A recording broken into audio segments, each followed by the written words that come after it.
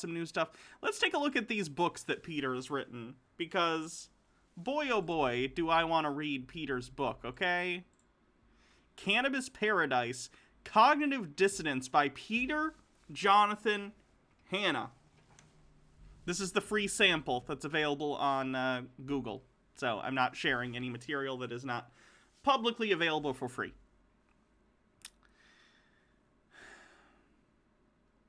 Introduction. When I was around 12 years old, I used to get these really intense fever dreams. I would get sick and then I would dream the exact same dream over and over again for what felt like hours. I remember that every time I got sick and had a fever dream, I dreamt that exact same dream. I remember the dream vividly because it produced the most powerful negative feeling that I have ever felt in my whole life. The feeling I felt was fear.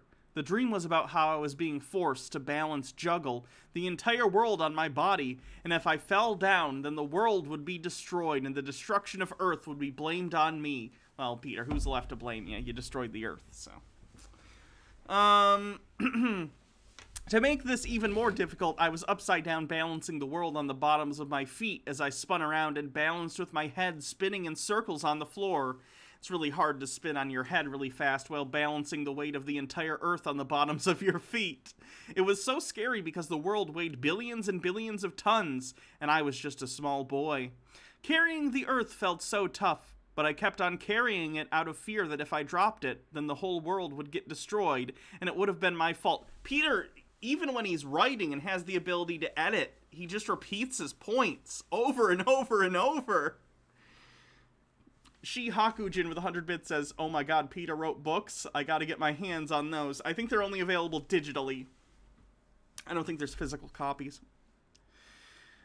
The world's weight put so much pressure on me, but I kept carrying it. I felt so bad that I had been forced into carrying the whole world and that it wasn't fair, that it was my job. I didn't want to do that. It was too tough, and I didn't like having the pressure of the entire human race being determined by my actions. It felt like way too much pressure to put on a 12-year-old boy. Again, he just repeats the same points 5 times in a single paragraph. He was balancing the world on his feet. He was young. It was tough. One sentence. Looking back, I really loved the dream because it got me used to the feeling of putting that much pressure on myself. That's the pressure that I deliberately and happily put on myself today. I believe that one of the factors that will determine whether Earth will become a utopia or a dystopia is the success of this novel. Uh-oh. We're doomed, chat. This novel has to be perfect. The future of humanity depends on it. There's some delusions of grandeur. This book is dedicated to those that are poor, those that are suffering from so much pain, those that are struggling with debilitating health conditions, and those who are just trying to survive. I hope we can use this book to solve most of our problems. So this is it, chat. This is the key to solving all of humanity's problems. This is great. Pyromancer says it apparently used to be on Amazon, but it was removed. Not sure if it was ever physical. Maybe ask Peter next time. Yeah, I will. Freedom is the name of the first chapter. February 23rd, 2045. Rick Simpson. I actually think, oh my god.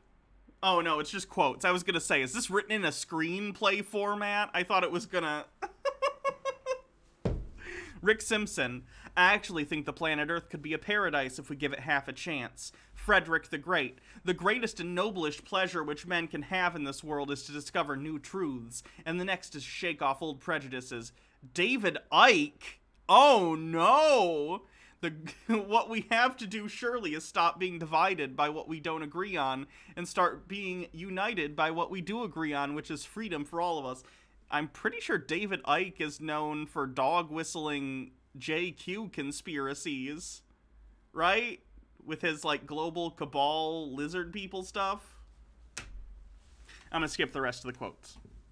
Bang! The window of the car made a sharp cracking noise. Silex looked down at his arm. Dad, they shot me, Silex exclaimed. Who shot you? Drogan asked as he slammed his foot on the accelerator of the car. Silex turned around and peered through the cracked window of the car. He could see Jake, his classmate, standing there with a gun pointed at the car. Jake was standing next to a police car. His dad's police car. Jake is going to shoot again. Go, go, go, go, Silex yelled as Drogon zoomed away in the car. Do you think they will chase us, Silex asked his dad. Don't worry about it. I'll take care of the driving. Where did he shoot you? Drogon asked with a concerned tone in his voice. Silex looked down at his arm again. Blood trickled from a nasty 4-inch cut on the top of his arm. The bullet didn't go through Silex, it only grazed him. Silex exhaled in relief. He shot my arm, but it only grazed me, so the bullet must have stopped somewhere else, Silex informed his father. Mom, is there a bullet hole in front of you? Why is he turning, after 2 sentences, sometimes 3, he'll do a new paragraph. Why are his paragraphs like this? Rose took a look around. She was sitting in the seat in front of Silex when the gunshot went off. There isn't anything here, she replied. Silex looked around the back of Rose's seat. A bullet was smashed into a piece of metal in front of him. Oh my God, Silex gasped. The metal on the back seat of the car stopped the bullet. Thank God it did, or it would have pierced right through the seat and harmed you too. Did you have anything in the front of the car that... Okay, I'm already bored. I'm already bored by this, guys. Oh, Peter. So yeah, there's a free sample, I guess, on, the first 90 pages are available as a free sample, actually, on, Google Play. So that's a pretty generous free sample. Thanks, Peter. There's this one, Cannabis, the Key to Becoming Nigh Immortal. Chapter 1, Getting Medical Cannabis Credentials. I know what you must be thinking. What are my credentials? Why does the title say nigh immortal instead of immortal? What does cannabis have to do with becoming nigh immortal? I'll answer the first 2 questions now and the last question throughout this book.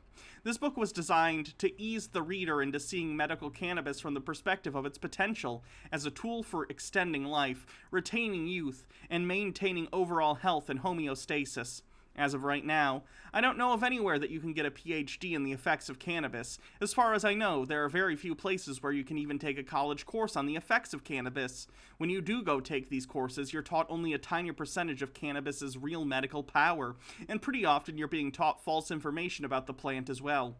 This is because the medical cannabis industry is new, and only recently has there been an exploration of new scientific studies being done on cannabis. Yeah, but Peter, you still need the studies to make medical claims, right? Some of the so-called scientific studies have claimed that cannabis damages your brain, lowers your IQ, and or is bad for children because of their developing brain. Oh God, it is. Peter, no. Peter, are you giving your children marijuana? Peter, do not give your children marijuana. You absolute degenerate. What are you doing? Many who act like they're experts on medical cannabis try to sound balanced, well-researched, and conservative by teaching the negative side effects of cannabis alongside its benefits. The fact is that in their efforts to try to sound less extreme, they end up perpetuating false information about cannabis. From my research, there are no permanent negative effects for anyone of any age consuming cannabis. What research, Peter? Do you have a lab somewhere? Are you biopsying the lungs of people who have smoked cannabis their entire life? Oh, Peter, what are you doing? Holt ETR, thanks for subscribing for 11 months. Yes, disclaimer, I do not know that he's giving it to his kids.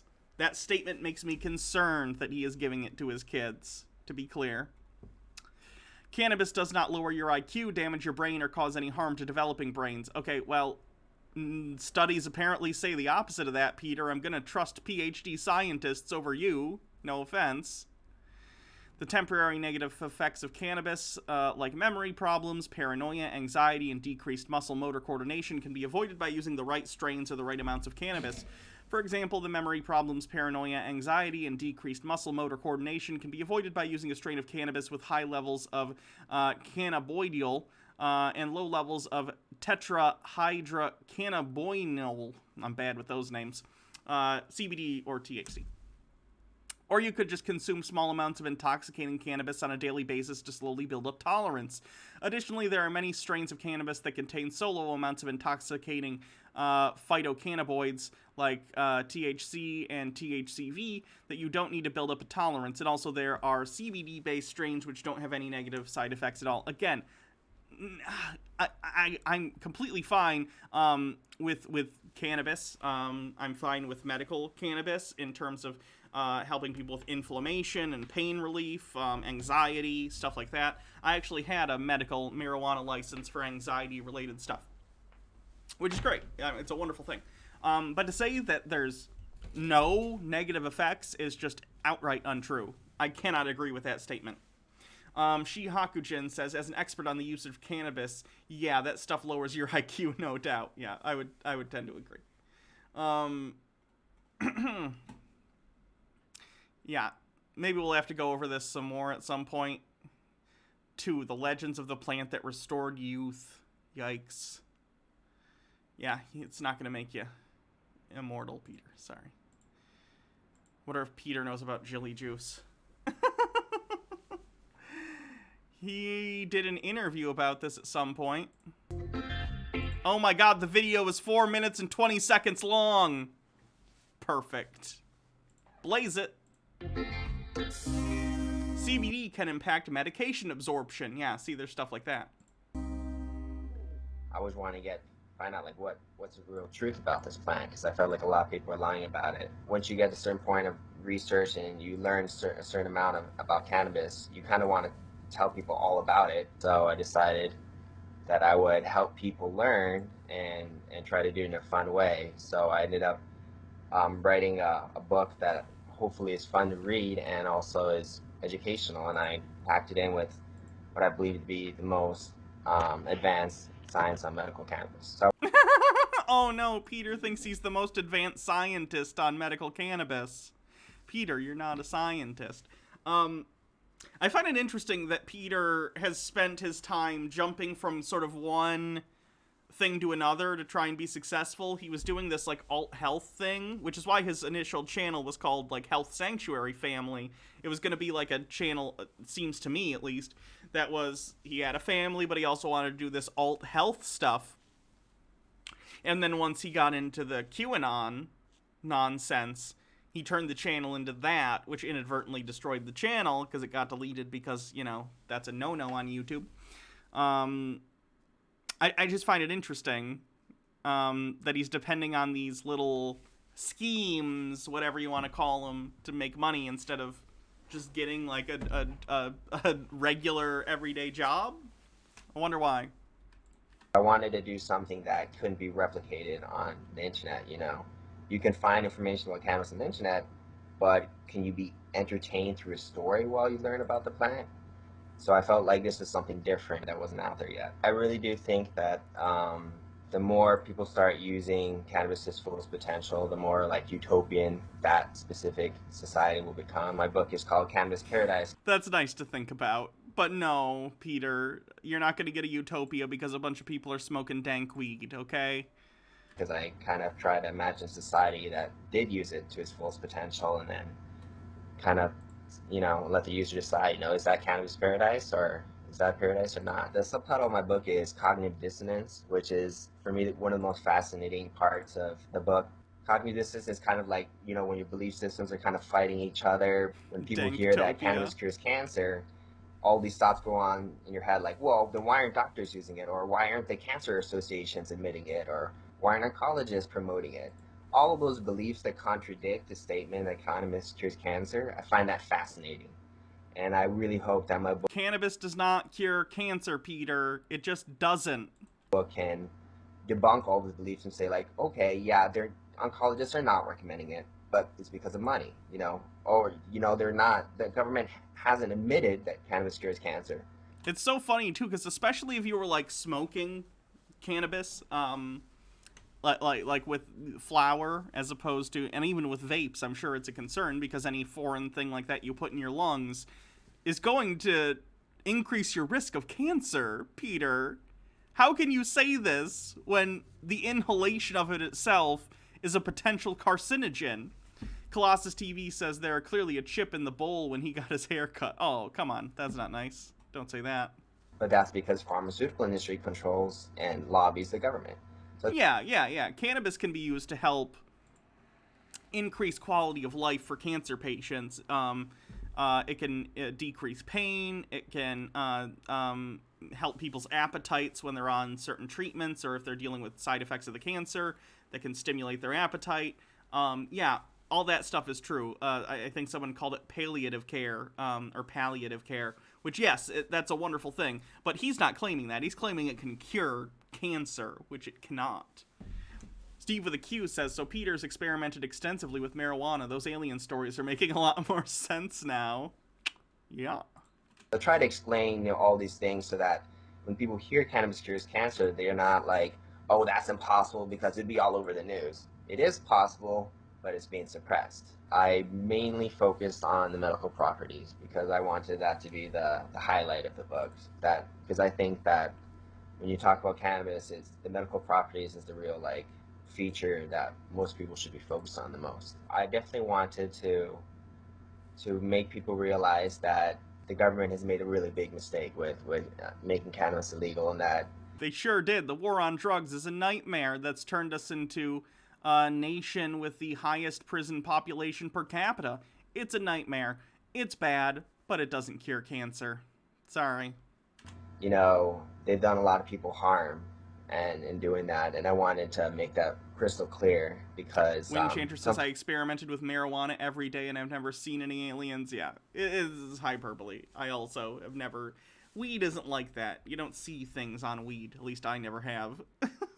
Times what really motivates a revolution and motivates people to do something is emotion. So I definitely wanted to stir up emotions. The U.S. government, they're basically going from, we've said it's not medical for 80 years or more, and now they're kind of like, oh, well, there's a bill that's going to pass that we may allow it to be, rescheduled from Schedule 1 to Schedule 2, which means, well, it has medical value. All right, that's great, but at the same time, it'd be great if there should be a formal apology to all the people that have died because they didn't have access to medicine, a formal apology to all the people they threw in jail, throwing, hundreds of thousands of people a year into jail. Yeah, I agree with Peter on that one.